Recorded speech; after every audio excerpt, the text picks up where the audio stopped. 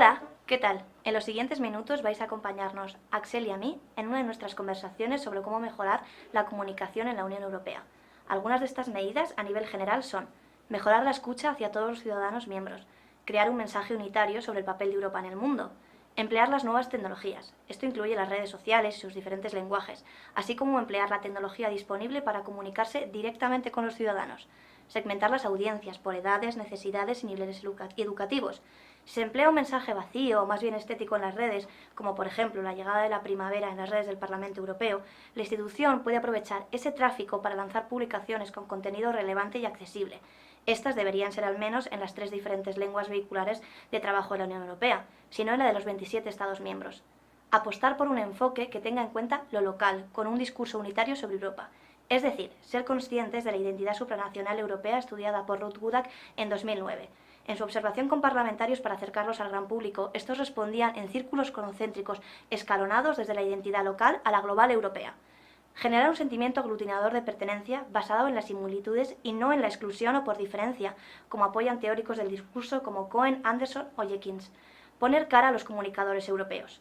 Dar un acercamiento humano para poder identificarse con ellos, pero fomentar en la prensa una forma de comunicar la política que excluya lo banal y no enfoque cuestiones de Estado como entretenimiento, como lo definió Riegel o Edelman, como por ejemplo los momentos de tensión emocional en los debates o los seguimientos de la trastienda política que dramatizan y manipulan estéticamente la realidad de los importantes conflictos que se dirimen en las instituciones europeas. Espero que disfrutéis de nuestras propuestas tanto como nosotros proponiéndolas. Hola Axel, ¿cómo estás? ¿Qué tal? Muy bien, dándole vueltas al tema europeo. ¿Y tú? Pues igual, a ver si encontramos alguna solución o al menos damos alguna propuesta. Que yo te quería comentar que el tema de crear una imagen de marca y de crear una comunicación tanto interna como externa en la Unión Europea tiene un problema, porque no solamente es una identidad de marca corporativa como si fuese una empresa, sino que es una institución y que es una institución supranacional que aglutina muchísimas realidades políticas, nacionales, económicas diferentes. Entonces, claro, yo creo que la primera pregunta es qué tipo de modelo comunicativo vamos a emplear para comunicarnos con el público europeo. ¿Hay diferentes modelos? Sí, tienes diferentes modelos. Mira, el Mediterráneo, que por ejemplo aglutina países como Italia, España y Grecia. Luego tienes el continental, los alemanes no tienen nada que ver cómo se comunican, por ejemplo, con los escandinavos o cómo se comunicaría un español. Y luego, por último, tienes los modelos nórdicos, que yo creo que sería una buena propuesta, no porque especialmente sean de ese tipo de países, ¿no?, por darles ese tipo de privilegios, sino porque realmente son capaces de aglutinar muchísimos factores sociales. Y está muy instaurado en ese tipo de comunicación la escucha a diferentes tipos de organizaciones, instituciones, personalidades importantes, grupos en exclusión. Entonces yo creo que ir por ahí hacia un modelo que la gente perciba como que es realmente global e integratorio, yo creo que estaría bastante bien, y no tanto a lo mejor basado pues en la emocionalidad o en debates personalistas, que se parece un poco más a lo mejor al Mediterráneo. O sea que tú te inclinas por los nórdicos básicamente porque son más inclusivos y recogen más sensibilidades, ¿no? Sí, y realmente la gente se siente más representada cuanta más pluralidad sea capaz de ver. ¿No anuncian acaso los gobiernos nacionales sus medidas? ¿No promocionan sus proyectos? Pues creo que la Unión Europea podría invertir igualmente esfuerzos y medios, obviamente, en publicitar sus logros, sus intervenciones, los proyectos que financie, que son muchos y la gente no lo sabe. Formas de hacer esto que no fueran descabelladamente caras ni surrealistas sería a lo mejor reservando espacios publicitarios en las televisiones públicas, que hay varias, en casi todos los Estados miembros, que yo sepa hay alguna, reservando espacios publicitarios para poder fomentar su comunicación institucional a los ciudadanos de toda la Unión, o pagando por espacios publicitarios en las televisiones privadas, que tampoco es ningún disparate, y para eso está el presupuesto en comunicación, en parte. En lo que a comunicación, estricta se refiere, a mí me parece muy bien y me parece una buena idea que haya presencia en redes sociales, que el Parlamento tenga su cuenta, que la Comisión tenga su cuenta. Lo que no es muy lógico es que tengan, que no haya ningún patrón en sus mensajes, que no tienen mucho seguimiento realmente, si te fijas, no generan mucho engagement, ¿no?, que se dice. Entonces me parece bien que esté en Twitter, en LinkedIn, lo que quieras. Pero tenemos datos acerca de esas redes sociales, sabemos el tipo de usuario que las usa, entonces podríamos segmentar más por público al que dirigirnos y modificar nuestro formato y nuestro contenido en función. Sabemos que Pinterest lo prefieren las mujeres, sabemos que Facebook, la gente más mayor, Instagram y Snapchat, pues desde preadolescentes hasta veinteañeros. Luego tenemos, LinkedIn, que es gente con un nivel de formación alto, Sí, también, o sea, creo que también es interesante eso que planteas, de también segmentar por niveles culturales, ¿no? Porque a veces yo me doy cuenta de que como que el mensaje del Parlamento Europeo y de la Comisión sigue siendo para élites y no llega el mensaje porque la jerga a veces es tan compleja, no sé, ¿tú qué piensas? Que a veces se introduce jerga, incluso en redes sociales, que no se llega a entender. Totalmente, y por eso digo que lo mejor sería especializarnos en públicos y segmentar y, bueno, hacer un targeting, ¿no? Que se dice tanto por contenido como por formato y por plataforma.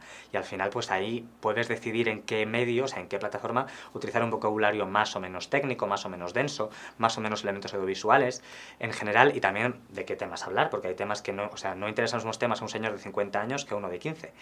Pero yo creo que es un camino a seguir y a explorar, sin duda. No solamente segmentar por el tipo de público que utiliza cada aplicación, sino también por el nivel educativo, realmente tratar de eliminar la jerga jurídica y aprovechar el tirón de los mecanismos banales cuando se utilizan para subir contenido interesante de la Unión. Me parece muy buena idea. Bueno, y además, si hablamos de identidad y de acercar la Unión Europea a los más jóvenes, a los más pequeños, que yo creo que es un momento crucial en el que informar y sobre todo que crezcan ya con un sentimiento de ser europeo y de qué es Europa, podríamos empezar, pues yo creo que por lo más obvio, que es la educación. Entonces no entiendo que a nivel, pues no te digo de secundaria, pero, o sea, de primaria, perdón, pero de secundaria, que hubiera algún tipo de libro de texto, de materia, algún material didáctico que garantizara pues que un chaval en un instituto de Rumanía y uno en Portugal sepan los dos que aparte de ser romanos y portugueses son ciudadanos de la Unión Europea y qué derechos y oportunidades acarrea eso.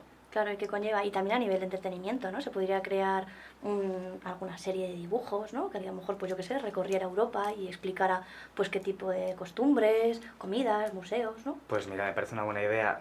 Igual que tenemos a los niños enganchados a series, no sé, como Dora la Exploradora, por ejemplo, no me digas que no se podría crear algún tipo de formato que acercara a los niños a una Europa rica en variedades gastronómicas, sociales, culturales, o sea, es perfectamente factible. Luego tenemos a lo mejor para un público más adolescente, pues plataformas como YouTube. No sé, gente que consume durante horas pantalla y que pierde el tiempo, podría invertir ese tiempo viendo, no sé, diferentes sensibilidades europeas, diferentes discursos, diferentes realidades. Sí, incluso se podrían subvencionar viajes para que fuesen transmitidos por YouTube, que eso tiene un seguimiento súper bueno en redes e incluso en televisión. Los formatos como Españoles por el Mundo o de ese tipo, o Madrileños por el Mundo, tienen un montón. Podría ser perfectamente Europeos por el Mundo, ¿no? Y que estuviera a la vez subvencionado, porque yo creo que no subvencionar ese tipo de proyectos de cultura audiovisual, de entretenimiento, al final cuesta más porque no hay un sentimiento aglutinador, ¿no? Que es lo que creo que estás intentando Me parece una buena idea. comentar. Y también no hay que olvidar que dentro del entorno universitario y académico podría haber una mayor interacción entre las sedes del Parlamento de la Unión Europea y los Estados miembros. Se podrían ofrecer cursos como al que hemos asistido, que realmente refuercen el sentimiento de identidad europea, que se conozca realmente lo que la Unión Europea hace por cada país miembro, cómo les influye en su vida diaria, porque al final lo que acaba pasando es que acaban asistiendo a eventos a lo mejor más informales, como el caso de las cervezas de las terrazas o cervezas de Europa, que creo que se han celebrado también en Madrid, pero claro, es gente que ya está informada y que ya tiene un bagaje realmente mucho más amplio que el perfil medio, ¿no? Entonces creo que sería importante en las universidades incluir cursos dentro del plan docente y también ya que exportamos cultura, por ejemplo, hacemos la capital europea de la cultura este año, la capital del cine europea este año, no sé si esa figura existe, ¿no? Pero se podría crear una red de museos o al menos sí una representación de iconos europeos o de cultura europea dentro de los museos, ¿no? Y la sede, por ejemplo, podría ser la recién estrenada Casa de la Historia Europea en Bruselas, ¿no? Y que hubiese un circuito, que hubiese comunicación entre ellos. No sé qué te parece. A mí me parece una idea interesante, sobre todo el tema de utilizar la Casa de la Historia Europea como sede, ¿no? en Bruselas, sede central, y luego a lo mejor en las capitales de cada Estado miembro, un museo que tenga una exposición permanente o más general, más abstracta sobre lo que es la Unión en general, y luego ya una más específica sobre la historia concreta de la relación entre el Estado miembro en concreto y la Unión Europea. Y también los vecinos, ¿no? O sea, saber cómo han influido cada país miembro dentro de lo que es la narrativa entera de la historia europea, ¿no? O sea, hablar de la interacción, de los beneficios a nivel histórico que han tenido siendo miembros de la Unión Europea. Sí, en general, el estudiar o el exponer cómo ha repercutido la membresía de dicho Estado en la Unión Europea. Estas son algunas de las posibles soluciones. Hay margen de mejora. No obstante, la comunicación es un proceso vivo que debe ajustarse en cada momento a la realidad política europea y mundial. Muchas gracias por vuestra atención.